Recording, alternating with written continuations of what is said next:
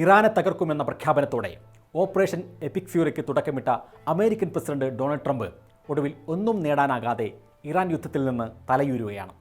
ലോകത്തിലെ ഏറ്റവും വലിയ ആയുധ ശേഖരത്തിനും ഉപരോധങ്ങൾക്കും മുമ്പിൽ മുട്ടുമടക്കാതെ സ്വന്തം പോരാട്ടവീര്യം കൊണ്ട് ഇറാൻ ഈ യുദ്ധത്തിൽ വിജയം വരിച്ചിരിക്കുന്നു.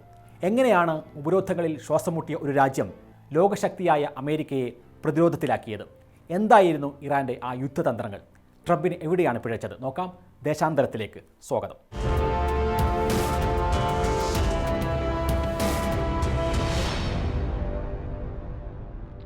ഇറാൻ പരമോന്നത നേതാവ് ആയത്തുള്ള അലി ഖാംനായിയെ വധിച്ച് ഒരു പാവ സർക്കാരിനെ വാഴിച്ച് ഇറാൻ പിടിക്കാം എന്നായിരുന്നു US-ൻ്റെയും ഇസ്രായേലിൻ്റെയും കണക്കുകൂട്ടൽ. എന്നാൽ US-ൻ്റെ കണക്കുകൂട്ടലൊന്നും നടന്നില്ല. ഇറാൻ്റെ ഏറ്റവും വലിയ ആയുധം അവരുടെ ഭൂമിശാസ്ത്രപരമായ സ്ഥാനമായിരുന്നു. ലോകത്തിലെ എണ്ണ വിതരണത്തിൻ്റെ 1/5 കടന്നുപോകുന്ന ഹോർമുസ് കടലിടുക്ക് ഇറാൻ പ്രധാനപ്പെട്ട ആയുധമായി ഉപയോഗിച്ചു. അതടച്ചു. അവിടെ അവർ മൈനുകൾ വിന്യസിച്ചു. ഇതോടെ ആഗോള എണ്ണ വിപണി ആകെ ഉലഞ്ഞു. അമേരിക്കൻ ജനതയ്ക്ക് മേൽ പോലും ഇന്ധന വിലക്കയറ്റത്തിൻ്റെ കടുത്ത ആഘാതമേൽപ്പിക്കാൻ ഈ ഒരൊറ്റ തന്ത്രത്തിലൂടെ ഇറാന് സാധിച്ചു. എണ്ണ വിതരണം തടസ്സപ്പെട്ടതോടെ ലോകരാജ്യങ്ങൾ അമേരിക്കയ്ക്കുമേൽ സമ്മർദ്ദം ചെലുത്താൻ തുടങ്ങി. യുദ്ധം തുടർന്നാൽ തകരുന്നത് സ്വന്തം സമ്പദ് വ്യവസ്ഥയാണ് എന്ന് ട്രംപ് തിരിച്ചറിഞ്ഞ നിമിഷമായിരുന്നു അത്.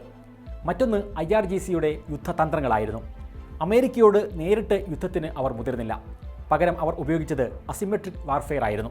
അത്യാധുനിക യുദ്ധവിമാനങ്ങൾക്ക് പകരം കുറഞ്ഞ ചെലവിലുള്ള ഡ്രോണുകളും കൃത്യതയാർന്ന ബാലിസ്റ്റിക് മിസൈലുകളും അവർ ആയുധമാക്കി. GCC രാഷ്ട്രങ്ങളെ മുൾമുനയിൽ നിർത്തി. പശ്ചിമേഷ്യയിലെ സഖ്യകക്ഷികളായ ലബനാനിലെ ഹിസ്ബുള്ളയെയും യമനിലെ ഹൂത്തികളെയും രംഗത്തിറക്കി. അമേരിക്കൻ കേന്ദ്രങ്ങൾക്കും ഇസ്രായേലിനും നേരെ ഒരേ സമയം സമ്മർദ്ദം ചെലുത്താൻ ഇതുവഴി കഴിഞ്ഞു. അമേരിക്ക എത്ര തന്നെ ബോംബുകൾ പ്രയോഗിച്ചാലും ഇറാൻ്റെ പോരാട്ടവീര്യത്തെ തളർത്താൻ കഴിയില്ല എന്ന് ഈ പ്രതിരോധം തെളിയിച്ചു. അമേരിക്കൻ ജനതയ്ക്ക് ഈ യുദ്ധത്തോട് താല്പര്യമില്ലായിരുന്നു. ഇത് ഇസ്രായേലിനു വേണ്ടിയുള്ള ട്രംപിൻ്റെ യുദ്ധമാണെന്ന പ്രചാരണം ഫലിച്ചു. യുദ്ധം നീണ്ടുപോയതോടെ ട്രംപിൻ്റെ ജനപ്രീതി കുത്തനെ ഇടിഞ്ഞു.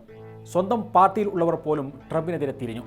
ആഭ്യന്തര രാഷ്ട്രീയത്തിൽ ഒറ്റപ്പെട്ടതോടെ വരാനിരിക്കുന്ന മിഡ് ടേം ഇലക്ഷനിൽ വലിയൊരു തിരിച്ചടി ഒഴിവാക്കാൻ യുദ്ധത്തിൽ നിന്ന് എങ്ങനെയെങ്കിലും തലയുരുകയല്ലാതെ ട്രംപിന് മുമ്പിൽ മറ്റ് വഴികൾ ഇല്ലാതെയായി. സൈനികമായി മാത്രമല്ല, നയതന്ത്ര രംഗത്തും ഇറാന് മേൽക്കൈ ലഭിച്ചു. ഒരു വ്യവസ്ഥയിലും ഇറാൻ ഇതുവരെ വിട്ടുവീഴ്ച ചെയ്തിട്ടില്ല. പാകിസ്ഥാനെ മുഖ്യ മധ്യസ്ഥനാക്കി കൊണ്ടുവരാൻ ഇറാന് സാധിച്ചു. തങ്ങൾക്കനുകൂലമായ വ്യവസ്ഥകൾ നേടിയെടുക്കാൻ ഇറാൻ ഇതുവഴി കഴിയുകയും ചെയ്തു. പുതിയ കരാർ പ്രകാരം ഇറാന് മേലുള്ള തുറമുഖ ഉപരോധങ്ങൾ അമേരിക്കയ്ക്ക് പിൻവലിക്കേണ്ടി വരും. ഇറാന് സ്വതന്ത്രമായി എണ്ണ വിൽക്കാനും കഴിയും. തുടർ ചർച്ചകളിലൂടെ മരവിപ്പിച്ച ഫണ്ടുകൾ തിരികെ ലഭിക്കുകയും ചെയ്യും. ഏറ്റവും പ്രധാനപ്പെട്ട കാര്യം, ഇറാൻ്റെ ആണവ പദ്ധതികൾ പൂർണ്ണമായി നിർത്തലാക്കാൻ അമേരിക്കയ്ക്ക് കഴിഞ്ഞിട്ടില്ല എന്നതാണ്. ചുരുക്കത്തിൽ, പശ്ചിമേഷ്യയിൽ ഭീതി വിതച്ച് ഇറാനെ നിലം പരിശാക്കാൻ ഇറങ്ങിയ അമേരിക്കൻ സാമ്രാജ്യത്വത്തിന് ഇതൊരു വലിയ തിരിച്ചടിയാണ്. ഉപരോധങ്ങളെയും ഭീഷണികളെയും തങ്ങളുടെ അചഞ്ചലമായ പോരാട്ടവീര്യം കൊണ്ടും കൃത്യമായ യുദ്ധതന്ത്രങ്ങൾ കൊണ്ടും ഇറാൻ മറികടന്നിരിക്കുന്നു. ട്രംപ് ഭരണകൂടം നാണം കെട്ട് പിന്മാറുമ്പോൾ ലോകത്തിനു മുമ്പിൽ ഇറാൻ വീണ്ടും തല ഉയർത്തി തന്നെ നിൽക്കുകയാണ്.